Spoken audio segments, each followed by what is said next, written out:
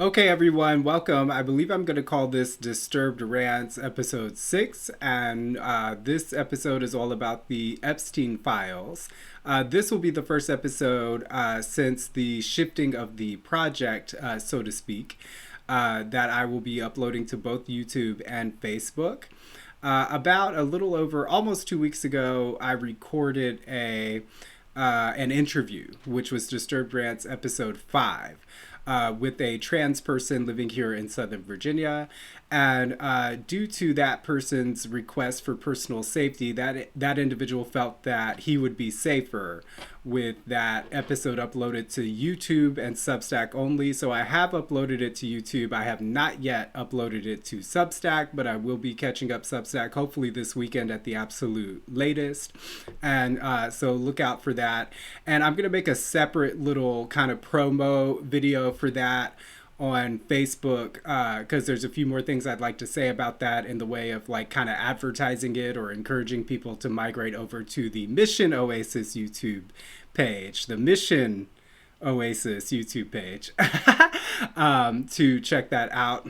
And so I will do that separately. That's not going to be an episode. That's just going to be like just me talking on Facebook. And I might even do it live because I can live stream to Facebook now, which is really cool. So if you are someone who only views my work on Facebook, this will be this episode, this Disturbed Rants episode 6 is going to be the first time you've seen me in a little while.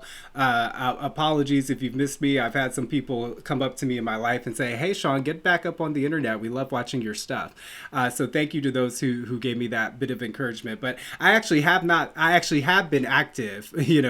I believe I filmed that Wednesday before last, and then I think I uploaded it Thursday before last.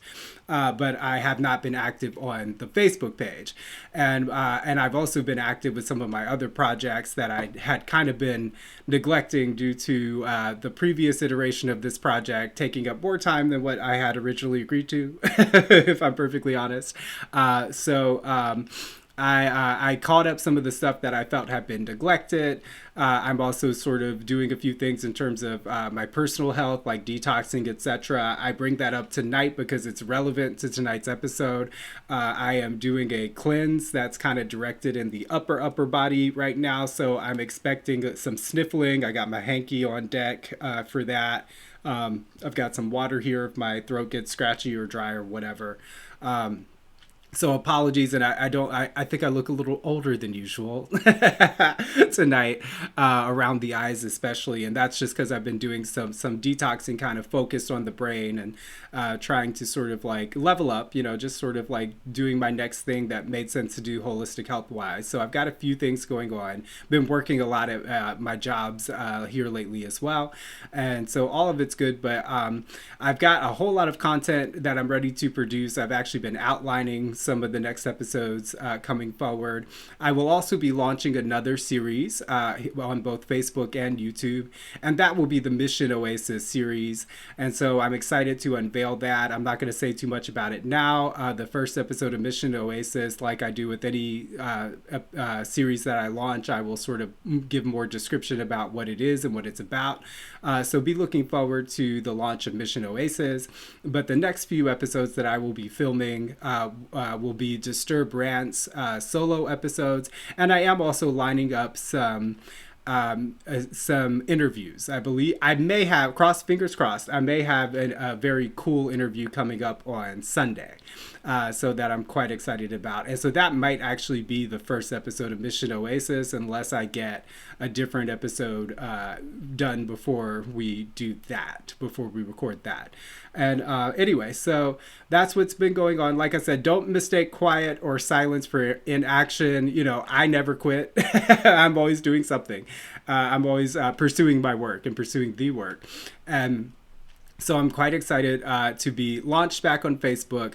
Go on over to the Mission Oasis YouTube and check out the other most recent episode of Disturbed Rants, the ones you guys probably missed if you're only watching on Facebook. And check that out. It's well worth it. Like I said, I will do a separate little promo video just for that video, but I'm pretty sure I'm going to upload this first before I upload that. So let's get into the story of the week, the story of the moment, the story that we were covering on the previous iteration of this project under a different name, and the Epstein files. Everybody's talking about the Epstein files, and glory be, it looks like they're actually coming forth. And I always knew they would eventually, and I'm very happy to see it. And I have some thoughts about it that I would like to share. And so I'm not quite sure where to begin. So I think I might just dip into the clips. Okay. So this is a clip from the Bulwark, and I love the Bulwark. I watch it quite a lot. That's not an endorsement of what any of them say. I'm just saying I enjoy watching this program. And this is from the Next Level podcast, which is my favorite podcast that's on the Bulwark Network because I like this combination of personalities. Sarah Longwell, Tim Miller, and Jonathan Last. You see them there on the screen from left to right. I am a Sarah Longwell super fan. I love that she's so data driven. I honestly think that she's the real talent over there at the Bulwark. She's the publisher. And that everybody else is just kind of riding her coattails, just to be perfectly honest. Like, that's how I see Sarah Longwell. Like, she's just, like, my favorite. She's so data-driven. She's so sane. She's so grounded. And like I said, I consider her to be, like, wrong about certain things, you know, at least from my perspective, from my opinion. Certain things, you know, but the fact that she is so sane and grounded and so data driven is just, these are qualities that I really value in journalists. And I love her series as well, the focus group. It gives a lot of like great insight. I think it's a great way to do this kind of like political commentary work, like integrating focus group, like actual audio, actual sound from focus groups with this type of like independent journalism. I'm here for it. I really like it. So go watch the Bulwark. Now this is just formerly conservative, the general thrust. I mean, the Bulwark has a lot of different type of people that come through it, but these are mostly like never Trump former Republicans who migrated over to the Democrat Party pretty much just because of Trump, you know. So this is very, very anti-Trump people. And they're the reason I gave that big spiel about loving Sarah Longwell and considering her the most intelligent person and the most talented person at the Bulwark is that this clip actually represents an instance in which I disagree with Sarah Longwell and agree with Tim Miller, and that almost never happens. Like, I almost never disagree with Sarah Longwell and agree with Tim Miller, but somehow it happened. So here it is. So I'm going to play it and then talk about it, and then I've got another clip from another content creator that backs up Tim Miller's perspective. So before I even play it, keep in mind, Tim Miller's the person I agree with here. Gah! Tim, Sarah, tell me why this isn't a huge deal. This is a huge deal. I mean, but I don't know good. that I just think Good. this email, I think, I mean, and this, I was just, like, I taped a take with Andrew earlier, and Andrew was a little bit like, I'm not sure that this is the smoking gun and this is just new information. I do think these emails are pretty gun smoking. This one, though, and the date is really important on all three of these emails, but this is from 2011. And so he says in this email, I want you to realize that the dog that hasn't barked is Trump. The victim spent hours at my house with him. He's never once been mentioned. Police chief, etc. I'm 75% there. What does that mean? What does that mean? I think it means in 2011 that Trump hasn't ratted out Epstein for the things that he knows. That there's this investigation. No, you don't think so, Tim? I think it's the opposite. I think he's saying that they haven't gotten Trump says, yeah, Trump has never once been mentioned, police chief, etc. It's like, I think he's talking to Glenn about like who was talking to the police chief about my behavior, and I want you to realize that it's Trump. I guess it's possible it's the other way around, but yeah, I mean, to me it seems I think they're obviously having a conversation about the local Palm Beach police, how they were getting this type of information, you know, and he's saying to Maxwell that Trump spent hours with the victim at my house, and so I read that as why hasn't he been mentioned, right? Like these other conspirators ratting have been on mentioned. Me? Yeah, is he a rat? Right? Like that's I read this as is he a rat? Yeah, is he a rat? That's which is what wasn't that who offered that as a defense of Trump? Wasn't that the Mike Johnson defense at one point? Mike Johnson did offer that. Yeah, there's a look, and so maybe that's what Trump was doing at Jeffrey Epstein's house with the victim. He was just collecting information to turn over to the police. Now, I don't know. Now, JVL, you watch more mob movies than me, but I think generally when somebody is a rat, it's because they have been participating in the illicit behavior. So they have information, and maybe they've been participating at like a smaller level than, the nation's most notorious child sex trafficker, but that they were involved at some level. Okay, not worth the rest of the clip there that I had intended to show. Not worth the ad. Not worth going through the ad there. Okay, so we're gonna pivot over to the other video. And okay, so yeah, I mean, this is roughly, that was my immediate response. I heard a lot of people on the left saying the dog barking there, meaning more so what Sarah Longwell was insinuating that it was meaning. In terms of that, her interpretation, I'm blanking on her interpretation, but most people were sort of like siding with Sarah Longwell there, but myself and Tim Miller and this lady here, Sheila Zolnur, we kind of had a different take on it. So let's go ahead and play the take from Sheila Zolnur, Epstein, the dog that hasn't barked. A different perspective, ? And see what she has to say. And then, of course, I'll comment on both clips. Hey, has it occurred to anyone yet that Jeffrey Epstein was suspicious that Donald Trump was working for the government and that he was an asset? He was an asset. And I haven't baked yet which government, but a government. Because this email here, I think, is being widely misinterpreted. And hear me out. April 2nd, 2011, Jeffrey Epstein writes an email, private email, no other recipients, to Ghislaine Maxwell. That's her name. And he says, I want you to realize that the dog that hasn't barked is Trump.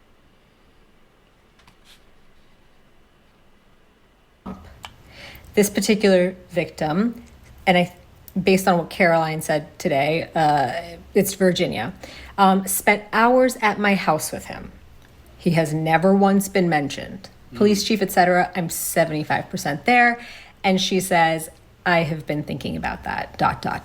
Everyone is misinterpreting that to mean that Donald Trump hasn't said something. He hasn't talked, because they're saying that the dog that hasn't barked, and so they're interpreting Donald Trump has not talked. But that doesn't make any sense, in my opinion, in this context. The dog that hasn't barked is a reference to a Sherlock Holmes story wherein someone is dead and a witness says, I don't think there was anything weird because the stable dog didn't bark. And Sherlock Holmes says the dog not barking is suspicious. The absence of the thing is evidence. The thing that should have happened not happening is suspicious. It has piqued my suspicion. The name that should have been named, that is conspicuously not named, is Trump. That's what that sentence means. Yeah. Virginia spent hours at my house with him. I have personal knowledge that he should be named if she's naming any names.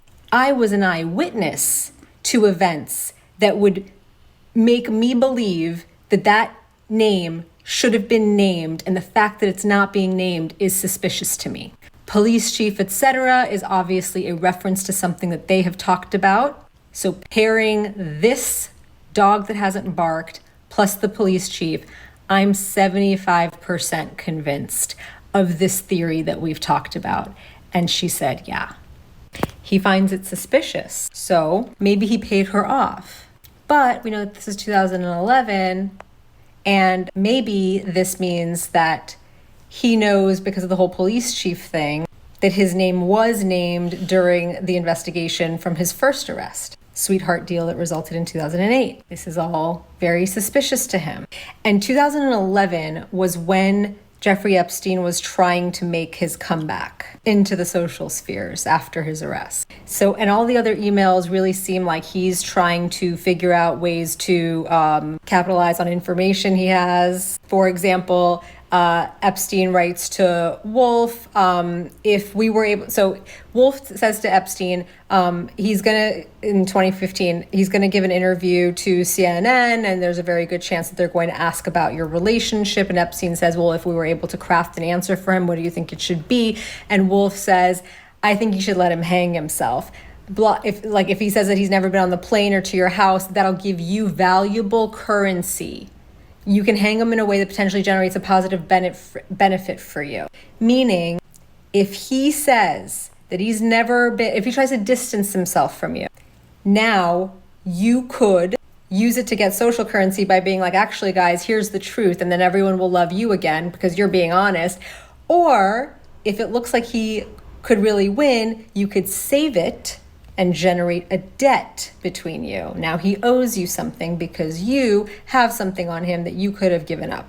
He's absolutely been on the plane. Look at my logs. So we know that he's very much wheeling and dealing and scheming, which gives additional context to this, where he's just like trying to figure out how the fuck it is that this guy hasn't been named when he knows he's fucking guilty. Right. What if he suspected that in addition to paying her off, that the police knew that there was that he was guilty, and that they have also held his name back because perhaps, similar to Acosta saying in 2019 that the sweetheart deal with Epstein was because he was told that he belongs to intelligence. What if Trump did too? And what if he's suspicious of it because he also made that sweetheart deal for the same reason? Fast forward, and completely unrelated. If you were a technocrat or an oligarch or a foreign government and you wanted to buy a presidency, totally, this is just dreamland here. Who would the perfect candidate be? Someone who's already famous, had a primetime show on television, has been ingratiating his family into American homes for a very long time, and then you find out there's dirt. You don't even have to build dirt on the guy. The dirt exists, and it is dirt to the extent that his entire life would be ruined, and so would the lives of his family members. I don't know, would that guy be like the ideal candidate? Because then you can get him to do whatever you want. And that's why you could never destroy the files, because like if I am very suspicious, obviously, of things. And I'm like, well, why do these files even exist? If they're going to go to the trouble of trying to cover them up, why not just destroy them, right? Because we know that they've done that before. Well, if they're destroyed, then they're not valuable anymore. So anyway, let's say you're successful. You use the guy, you get him to do the things that you want him to do. He runs again. No go, but then he runs again. And maybe he slips up and says something while he's running that I distinctly remember. Something like, this presidency will be different because I had the wrong people around me the last time telling me to do things, and I didn't get to do things the way I wanted to do them. And maybe if you're the guy who owns him, you're like, oh, he's just saying that to get elected. That's fine. We let him say whatever he wants to say. But ultimately, at the end of the day, he knows he works for me. But then he wins, and maybe he starts not listening to you. Maybe he starts doing things that he wants to do. Maybe he gets confused by the position that you've gotten him, and he thinks that he actually is powerful. And he thinks he's covering himself by, I don't know, having the entire FBI like spend all of their time going through thousands of documents and deleting his name from them or redacting his name from them. And so then he thinks that he's maybe safe. And then what do? I mean, maybe you then have to start leaking stuff to remind him that you mean business. I mean, I don't know. That just feels like the natural trajectory of things. If you were a technocrat or an oligarch and you wanted to buy a presidency, I don't know. I feel like that's what would happen. Totally unrelated. Disclaimer. That was just a little disclaimer at the end there. Brilliant. I like the way this lady thinks. I think she's on to something. Okay, so basically what the left wants to believe is the worst possible interpretation of all of this stuff, okay? And so that's always the temptation. Of course, the right wants to believe like the most, well, I don't know, the right seems to be flipping on Trump, so I think the right is kind of up in the air right now. We don't really know what the right wants to believe, or I personally can't. I mean, there's so many different reactions to to all this. Like, let's just see how the dust settles in terms of how the mainstream of the right sort of interprets or processes all this new information. But elements on the left definitely want to believe that the Sarah Longwell interpretation, and the one that Sheila sort of is debunking here, which is that the dog that hasn't barked means that Trump is loyal to the criminal syndicate, Trump is loyal to the pedo network or the sex trafficking network, or whatever it happens to be. But I think it's obvious that, like, Trump either flipped on them or may have even been like a law enforcement informant from the beginning. Like, so I don't see a smoking gun through any of these recent email revelations, the Thanksgiving thing, the Clinton alleged blowjob thing. I don't think there's really a smoking gun here at all. And if there is a smoking gun against Trump, let's hope that it will come out in the files that are still coming down the pipeline. So to me, it seems that Ghislaine, yeah, Sheila's correct. You pronounce that name Ghislaine Maxwell. That's actually like the correct and like the only legal way to pronounce that name, Ghislaine Maxwell. And Jeffrey Epstein are having this email exchange like, yeah, Donald Trump appears to be flipping on us, appears to be why is he not named? And Virginia Giuffre has, even before she was suicided, even went further and called Trump like a perfect gentleman, quote unquote, that kind of thing. So here, let's see if that works. Yeah, that worked better. Okay. She referred to him as like a perfect gentleman, et cetera, et cetera. So how do we interpret all this? Is there actually video of Trump stooping Virginia Giuffre before she reached the age of majority? Is there actually like video footage of that? And if so, who was the top? Y'all not ready for that part of the conversation. I don't say everything I know. I never say everything I know. But my question is, same question I had about Stormy Daniels. Who was the top? Who was the top in that situation? Anyway, okay, pause. Okay, we'll move on from that. So let's say they actually did stoop. Yes, the paying off theory could be a thing. Or if Trump had already flipped and was working with, let's say, the FBI, then maybe the FBI had a conversation with Virginia Giuffre and said, hey, he's our guy, let's protect him. And if there footage, and is there also audio? So like if there's video footage of stooping, whoever topped whom, that would be helpful information. But is there also audio? Because if Trump hypothetically had already flipped prior to this moment where he's spending hours allegedly with Virginia Giuffre, who I don't think killed herself. Does anyone actually believe that? All these mainstream media types keep saying it. It's like, who believes that though? Who believes that? There could have been a conversation, like let's say Trump is in a private quarters within Jeffrey Epstein's home. Trump knows that he's there to be an informant of some sort. Or maybe, Trump is flipped, maybe Trump is sort of like working a plea deal. Maybe Trump was part of it and got caught and flipped. And as law enforcement tend to do, he was then offered a reduced sentence or something in order to gather information to help sort of take down the whole syndicate. Like that's one possible thing that has happened here. And so we don't really know the specifics of this. Within that private moment with Virginia Giuffre, if Trump is there as a knowing informant, a knowing law enforcement operative, let's say, that conversation could have been totally, he could have gotten her consent, in other words. Like let's say, okay, we have to stoop for the benefit of the video because these people have to believe what we're doing. But I promise you that I'm taking these people down. I'm working with the FBI, blah, say, blah, blah, blah. So I would like to ask your permission before I do this. That would be gentlemanly behavior. That would make Virginia Giuffre's commentary honest. And of course, depending on how old she was at the time and what state they were in and what the laws were like in that state, did Trump break the law or did he not? We really don't know all the details there. What I'm saying is that there's no smoking gun.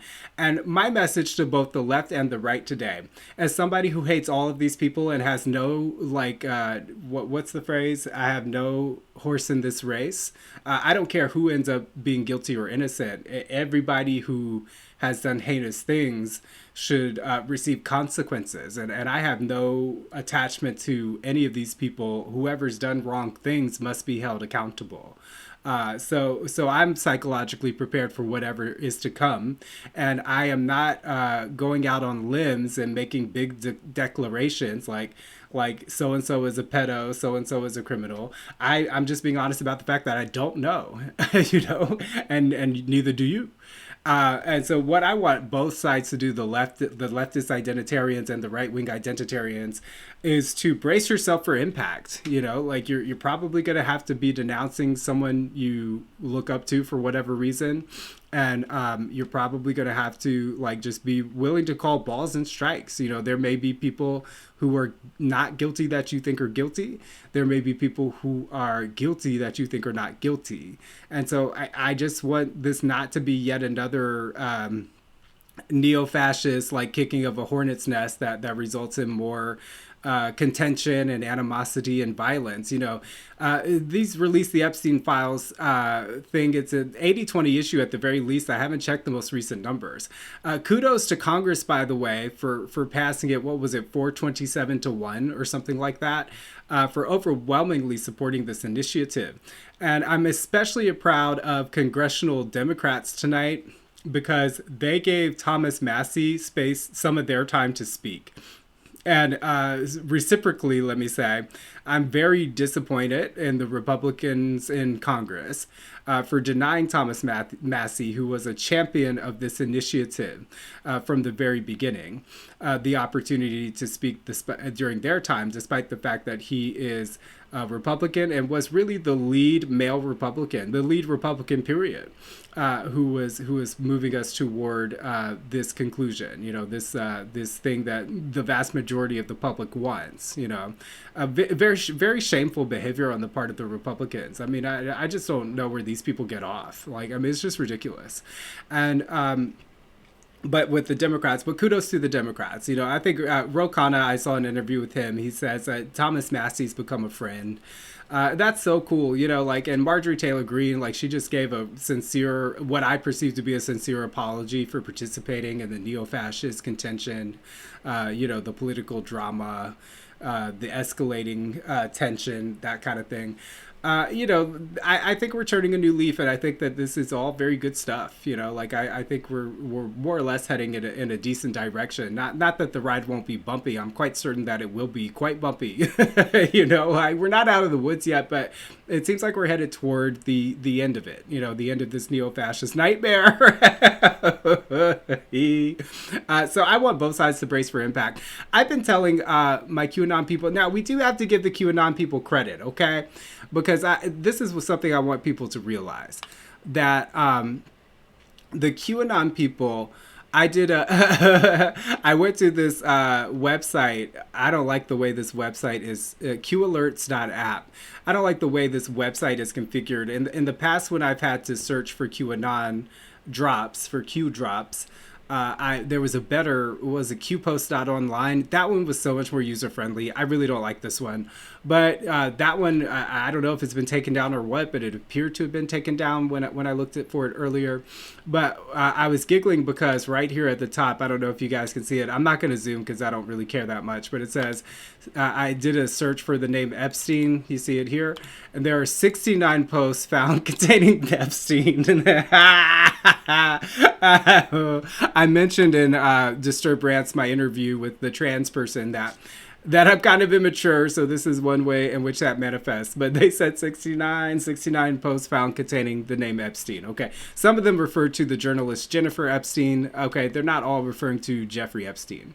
Okay, but November 11th of 2017. Okay, this is when the QAnon people started talking about Epstein Island and Jeffrey Epstein. Everybody else, the normies, didn't start talking about Jeffrey Epstein until 2 years, 18 to 24 months later, depending on people's point of reference, So QAnon people were first to this story in terms of like where we've been these past few years. But check the date here. Okay, so November 11th, 2017, right? November 11th of, I guess I should go ahead and zoom in.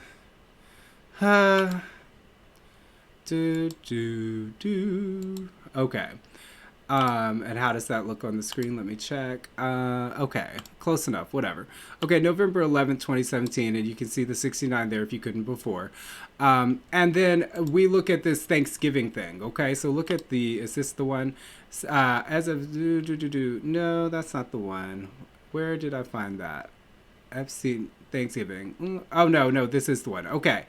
An email exchange from November 23rd, 2017. I couldn't find the screenshot of the Thanksgiving thing, but I found this AI, the Brave browser gave me an AI summary. An email exchange from November 23rd, 2017 between Epstein and modeling executive Faith Cates discuss Thanksgiving plans, with Epstein listing Trump amongst those down there, referring to Palm Beach. At the time, Trump was officially recorded as spending Thanksgiving at his Mar-a-Lago resort, while Epstein owned a nearby mansion. The email does not confirm that Trump and Epstein spent time together, only that both were in the area. Democratic lawmakers, including Representative Sean Casten, have cited the email as evidence of continued contact, while the White House called the allegations a political distraction. The controversy is part of broader scrutiny of Epstein's connections to powerful figures, with additional emails suggesting Trump was aware of Epstein's activities, including one in which Epstein claimed Trump knew about the girls. Okay, yeah, I mean, Trump clearly knew the whole time, but let's say, now I am, for those of you who don't, have you don't know what QAnon is, or maybe you have some misconceptions that you got from like mainstream media, QAnon was, let's say, because I believe it we haven't seen any new Q drops since like 2022. So I'm going to say QAnon is a thing that happened in the past now. So QAnon was a psychological operation that very clearly, I'm just going to go out and say, it's not that I can prove this, but there's so much evidence that I don't think it can rightly be denied that it was a Trump first term, a Trump administration psychological operation, or at the very least, it was aligned with Trump. So there are some indications that people think that QAnon was actually a Russian intelligence operation, a psychological operation. But then, I mean, come on, guys. I mean, rip the Band-Aid off. Trump and Putin are aligned in some kind of way. We know it. We know that they're aligned in some kind of way. That doesn't mean that Russia helps to steal the 2016 election. I don't believe that's valid. But, I mean, come on, guys. They're clearly working together in some capacity. So it might be a Russian cycle. Regardless, it was coordinated with the Trump administration, and you can go to the Q journalist. Like, I don't want to dwell on it too much. It's relevant to this conversation here, but you can go to the Q journalist, the QAnon journalist community. The saner ones among that crowd, Jordan Sather is one of the saner ones. X22 Report is among the saner ones. Those might be good places to start. Okay. But these, like I said, they were the first to this story.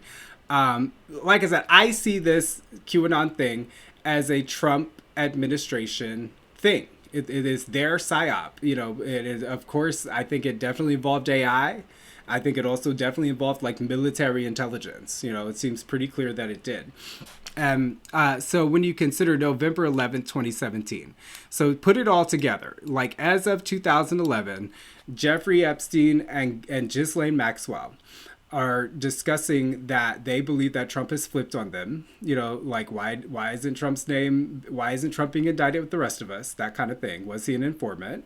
This kind of tracks with some of what Ian Carroll's been saying in terms of Trump appears to be a blackmail kingpin. Like Trump appears to be very rich in terms of blackmail on other people, but not a lot of people seem to have blackmail on him. And that explains kind of, in Ian Carroll's mind, that explains the Teflon Don thing, like why nothing ever sticks to Trump. Like Trump never goes down for anything, but other people around him and other people who come for him do go down for what they do, you know? So that's Ian Carroll's theory as to why Donald Trump has that Teflon quality. But if you're Jeffrey Epstein and you know that you've been trafficking minors and doing stuff that you could get locked away for life, if you know as well that, you know, you're protecting the secrets of some of the world's richest and most powerful people, and if you get caught, you're probably going to get killed. You know, I mean, certainly that's going through his head. And it's November 11th, 2017. No new Q since what? Oh my God. Oh my God. In real time, no new Q since number 4966118. Okay. Oh no, that the time just changed. I was like, did they just make a new Q drop right after I said that Q stopped? No, this appears to just be an updated thing that happened in real time wise. I don't know. I'm going to check that after I finish recording this. I'm going to go back and check to see, was there a new Q drop while I was recording this? That's crazy. Because I just declared Q to be over. We'll see. I'll update you guys on that. Is Q over or is it not? Leave a comment. Tell me what you think. How's it going to go? How's this going to go when I investigate that particular question? But yeah, this little thing right here just changed right in front of my eyes. I just hadn't read it before. So I don't really know. Whoa, it's like wild. Okay, I'm like so confused now. So thrown off by that. Now, okay, so like putting it all together, back to the point I was trying to make. This happened November 11th. Okay, so you know that, you know, the Trump administration starts calling out Jeffrey Epstein through this QAnon psychological operation that presumably all these billionaire people were aware of. You know, like people claim that these people were aware of this psychological operation when it emerged. And there are even rumors that so-and-so was scared, this one was scared, that one was scared. I don't know about all that. But, you know, certainly people would be aware. If you already think Trump has flipped on you, and then Donald Trump becomes the president, and you're cooking up plans with Michael Wolff to try to figure out how to get leverage over Trump or whatever, thinking that he might become president pretty soon. And then he is president, and his psychological operation calls you out as a billionaire, pedophile, Satan worshiper, cult leader person with a temple on your island that looks kind of creepy, that's on top of a mountain, blah, blah, blah. What's underneath? How many levels might exist below? Blah, blah, blah, blah, blah. So you have all this stuff going on. You're going to have to like make a game plan, right? I mean, we saw evidence already that they were making a game plan. Okay. And so as you sent an email to on the 23rd of November to create a paper trail that might suggest that Trump is still involved in the pedo ring, you know, like, and so any email, like all of these other emails, like what's this other one, the blowjob one? Let me see. Here's the blowjob one. Okay, here's the blowjob one, the one that went viral today. Okay, and let's start from the bottom. Ask him March 21st, 2018, again, after the QAnon operation is already calling out the pedo ring, you know, the Epstein operation. Ask him if Putin has the photos of Trump blowing Bubba. And I thought I had Cirrus. I don't know what that means. You mean Donnie T? Okay. Oh, you and your boy Donnie can make a remake of the movie Get Hard. You know, so this is an email exchange between Jeffrey Epstein and Mark Epstein, Jeffrey Epstein's brother. Okay. So again, like any of these emails, it could go either way. I mean, yeah, was Trump still involved or was he not? It seems a little far-fetched to me that Trump would be running a psychological operation disclosing the Epstein trafficking ring and then also just going down to like hang out again after Trump has already lost their trust and they're already kind of talking about him as a possible informant like years later, you know. And I heard people on the left say crazy things like, oh, if Jeffrey Epstein thinks you're the most evil person on the planet, you must be really, really evil. And I'm just like, what most people say, people are not morally consistent beings, and especially pedophiles and human traffickers are not morally consistent human beings, or really not even human beings for whom morality even like makes the like registers, you know, like Jeffrey Epstein's moral compass is not reliable. And but when a narcissistic sociopath like Jeffrey Epstein says call someone evil, what that means to that narcissistic sociopath is against me. That's all that means. That's all that means. When a narcissistic sociopath uses that type of language, that's all they mean. Against me, against my money, against my interest, you know, like that's all that means. So we have not received a smoking gun. That's what I'm trying to say. And so for the left, please, please, please just brace yourself for the possibility that this might not get rid of Trump. Everybody's like, oh, the Trump administration's over, blah, blah, blah, blah, blah.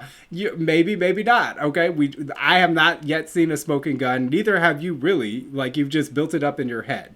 And the reason why, like, there's so much I'm so concerned about sharing that word of caution is that observing neo-fascism for the past 10 years, this is what they do. And they do this. It seems that the left is more susceptible to this a little bit, but this happens somewhat on the right as well. But what they do, let's focus on the left. They build you up. They build you up just to let you down. Okay. So like Trump is very good at snatching victory out of the jaws of defeat. Trump is very good at looking like he's lost when he knows that he's going to win. Trump is very good at playing a long game. Trump is very good at accepting short-term pain for long-term reward. Like all of these capacities. And he's very, very good at manipulating the left. Okay, very, very good at manipulating the left. And people have to like acknowledge that. Part of the brilliance of this neo-fascist governance is they write your lines for you. Like when they do this is an endless string of psychological operations. Like that's what we're living through. I call it a reality show, a weaponized reality show.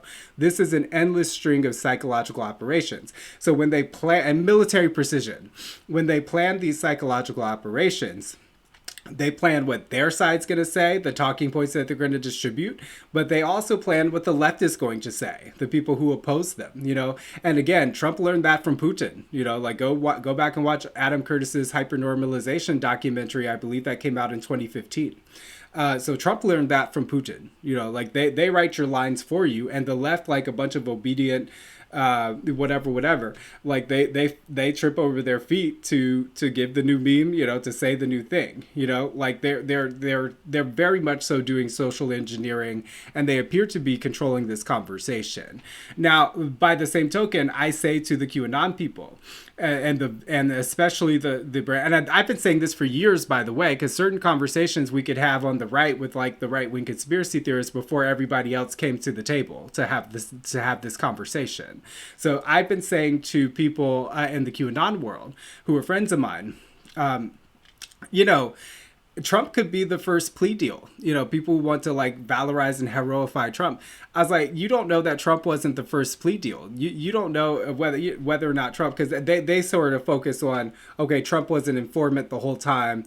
Trump was recruited by the military to run for president to begin with, to give us our country back, blah, blah, blah, blah, blah. That's what the QAnon people and or people who subscribe to what I call white hat theory, where people who subscribe to white hat theory are saying Trump is a white hat. Trump and his team are white hats. They're doing the correct things. They're doing good things for us. Okay, that is what a lot of people and the like conspiratorial right believe or believed at a previous point. You know. But I was been telling all those folks, it's like, you don't know that Trump wasn't all the way deep in this. I mean, like there's evidence would suggest that he was to me, to my perception, evidence would suggest that he quite probably was, and then flipped, you know, was flipped at some point. We don't know at what point he flipped. You know, we don't know how much dirt he did or did not do before he flipped. Now, I could be wrong about that. My instinct leans in that direction, that Trump wasn't on it. You know, he was an insider. He was doing all the things that insiders do.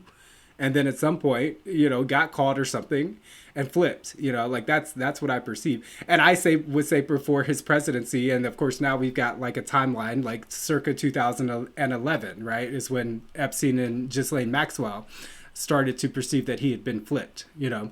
So brace yourself either way is what I'm saying. Brace yourself in either case and be morally consistent and be willing to hold your own. The people who say the things you agree with, that you identify with, even though you shouldn't, because they don't give a fuck about you. Just be prepared to hold the people who say the things you agree with accountable. And if some of the people who say the things you don't agree with turn out to be innocent, be able to say that too. That's what I'm saying. I'm saying that to both sides because I see a lot of potential for this to bring us together. I also see a lot of potential for this to tear us apart yet again. And so that I just want both sides to brace themselves. I want both sides to accept the fact that, yes, you have your beliefs about what all this means, but you really still don't know. We still do not have sufficient evidence to know with regards to any particular person. Trump, Clinton, Obama, blah, blah, blah, Alan Dershowitz, you know, Chief Justice John Roberts. We don't know. We just don't know yet. Okay. And, but we do know. So there is evidence, like the AI thing said, Trump was in Palm Beach at Mar-a-Lago Thanksgiving of 2017. Okay. November 23rd, 2017. Now, who knows exactly what this means? You know, again, this article came out November 23rd, 2017, the same day that Jeffrey Epstein had sent that email. So what I was suggesting there, in case I didn't fully seal up that point, it's entirely possible that to make a backup plan to try to defame and take down Trump before Trump could work with law enforcement to take him down in the ultimate sense, that Jeffrey Epstein may have been working some kind of scheme to try to implicate Trump, knowing that at some point these emails would come out. You know, like this could have been a coordinated effort this could have been sort of like a Hail Mary sort of backup plan that Epstein and the Epstein network cooked up to implicate Trump. So I don't think anything after the QAnon operation started, which was the first little inkling of Trump coming for Jeffrey Epstein, anything that happened after that was just sent, that doesn't have any like hard evidence attached to it. You know, anything that's just an email, like an email conversation with vague implications or maybe even not so vague implications. I don't see taking that as hard evidence. You know, like this is what somebody like Jeffrey Epstein would have to do, this is the best thing someone like Jeffrey Epstein could do, knowing that they're like definitely about to get caught. You know, definitely about, and that they quite likely could go down for the things that they've done. So anyway, just to put a seal on all that. Now, I'm going to check my notes to see what points I might have missed, because I did outline this before I hopped on the recording.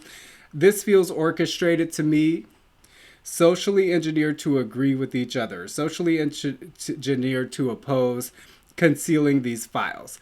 So what I want people to consider, okay, is everybody is like, Trump wants these files concealed. And of course, this week he turned on that. I believe it was yesterday that he turned on that and no longer seems to care if the files are concealed or not. Like I said, if the Epstein network implicated him falsely through these circumstantial evidence level emails, that could explain the Democratic hoax that he's referring to. Of course, if he's guilty, he would still be saying Democratic hoax. Again, we don't know. I don't know. You don't know either. You might believe you know. We don't know. So we will find out. I do believe now that we will find out. You know, of course, him releasing something redacted is on the table. But let's say Trump actually is a white hat. let's say that white hat theory holds, and or Trump has been, even though he was guilty in the past, perhaps, he flipped at some point and became a white hat. Like, let's say that that might, hypothetically speaking, be true. What explains his behavior this year? So he hires Dan Bongino and Kash Patel, to be the spokespeople of release the Epstein files throughout the entire Biden years, goes to Joe Biden administration years. Then he hires them for the FBI, number 1 position and number 2 position at the FBI. And then they hop onto some interview, was that on Fox News? And they gaslight the whole Republican base, or the whole like dissident right, like the whole MAGA movement. They gaslight everybody. And they say, nothing to see here, folks. And then Dan Bongino the whole time looks like a deer in headlight. He's like, looks like his soul is falling out of his body the whole time he's saying it. Okay? Why do that? Why has Trump been so, if he is a white hat, and if he truly is not guilty of things, hypothetically speaking, as some people believe still, he then nags the country for like months on end, okay? For like literally months, until we get wound up and get to this point. What would be the motivation for that? And what I would argue that the motivation for that would be is that now, if white hat theory is true, now look at what we've got that we didn't have before, okay? Because the mainstream media, the leftist media, was like actively covering this stuff up, you know, like that was that person, what was her name? Was it Amy Kobach or something? I think it's on the second page. Let's see if it's on the second page. Yeah, Amy Robach. She, Project Veritas released a clip of her saying, we had everything on Epstein years ago, but they wouldn't let me run it. And even in the first Trump administration, when the biggest, most high-profile names that we associated with Epstein Island and the Jeffrey Epstein scandal, I should say, was Bill Clinton, you know, leftist-type people. Those are the big names that were being discussed at that time. The whole left tried to downplay it, you know, like, and that's top to bottom, even independent. I even saw some leftist independent media people try to like downplay it. They're like, oh, this is like blah, blah, blah, like, you know, this is Trump just trying to point fingers where they don't belong, and no one's been indicted, and blah, blah, blah. And people were minimizing it and brushing it off, you know. And so what Trump has done, if Trump is the white hat that some people think that he is, this is like what you would call 3D chess. You know, he negged people for months on end to get everyone, like the leftists and the right-wing media, to get everyone screaming to release the Epstein files. When Kash Patel and Dan Bongino gaslit the MAGA base, they saw the left then saw the first fracture in Trump's control over the MAGA base. The numbers started to go down amongst his approval rating amongst his base started to significantly decrease at that point. So that was like bait. You know, Trump was offering himself as bait and his approval rating as bait to get everybody screaming to release the Epstein files. And now even those who really hate Donald Trump, they feel motivated to release the Epstein files. So that would be the theory as to why Trump has been negging the public on this and pretending that he's scared of this to be released the whole year, if it in fact comes to pass that what is truly in the real Epstein files, and we do have to be concerned about doctored Epstein files coming from this administration, okay? We need to be very vigilant. Again, everybody's got to call balls and strikes, and we have to look at what we're looking at. We have to not at all be in denial about what we're looking at, no matter what side of the equation you fall on. Again, I hate all these people, so it's going to be easy for me. But if you're someone who identifies with this side or this side, just brace yourself. Brace yourself for impact, okay? But that would explain, you know, you would send these people out to neg the base, to bait the left into screaming to release this. He's claiming that it's mostly Democrats. I don't know. We don't know. I don't know if it's mostly Democrats or not. But let's say that it is mostly Democrats. Then releasing these files is going to kind of give him permission to arrest people. arrest people that otherwise the left would not want him to arrest or would accuse him of being a dictator for arresting. Okay. So I don't know. I mean, that's just, these are my thoughts that I'm having right now. I do interpret the dog barking thing as, oh, Trump must be the snitch.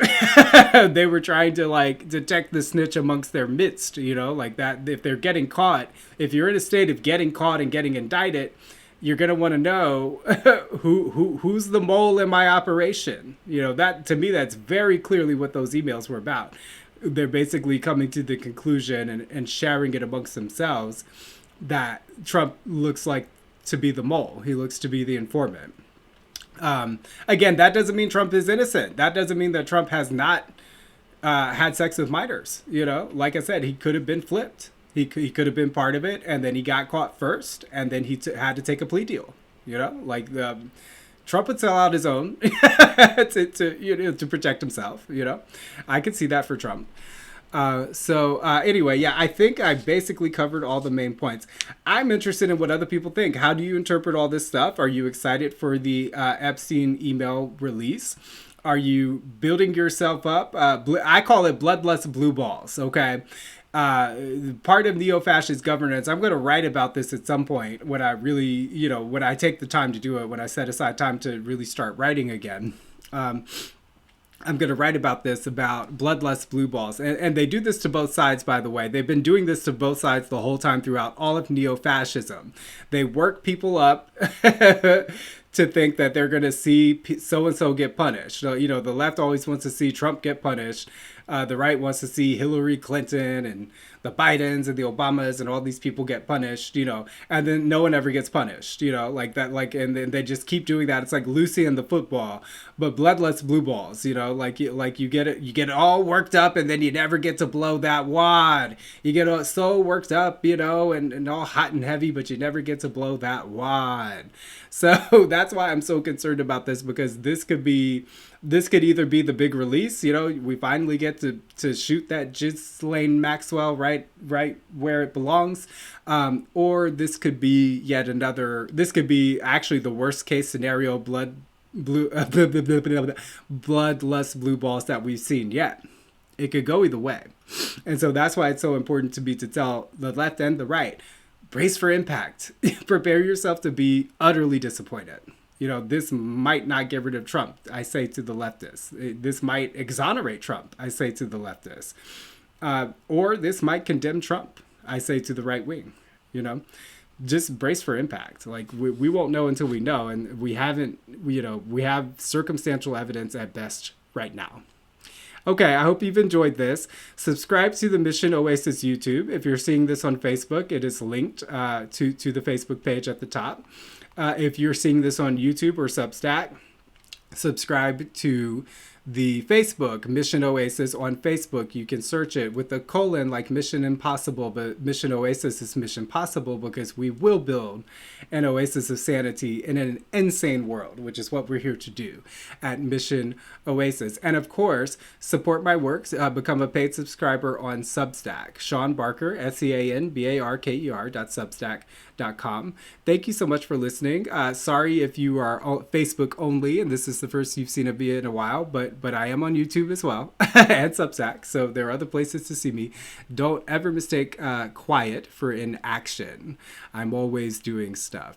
I hope you enjoyed this. Please leave comments. Let's continue this conversation. Let's hold on to each other during this time to see where it goes, because this is kind of a pivotal moment in American history. I don't think people fully realize how historically significant this moment is. But in the fullness of time, all shall be revealed, and we will look back on this and know what we were living through. All right, much love. Take care. Bye.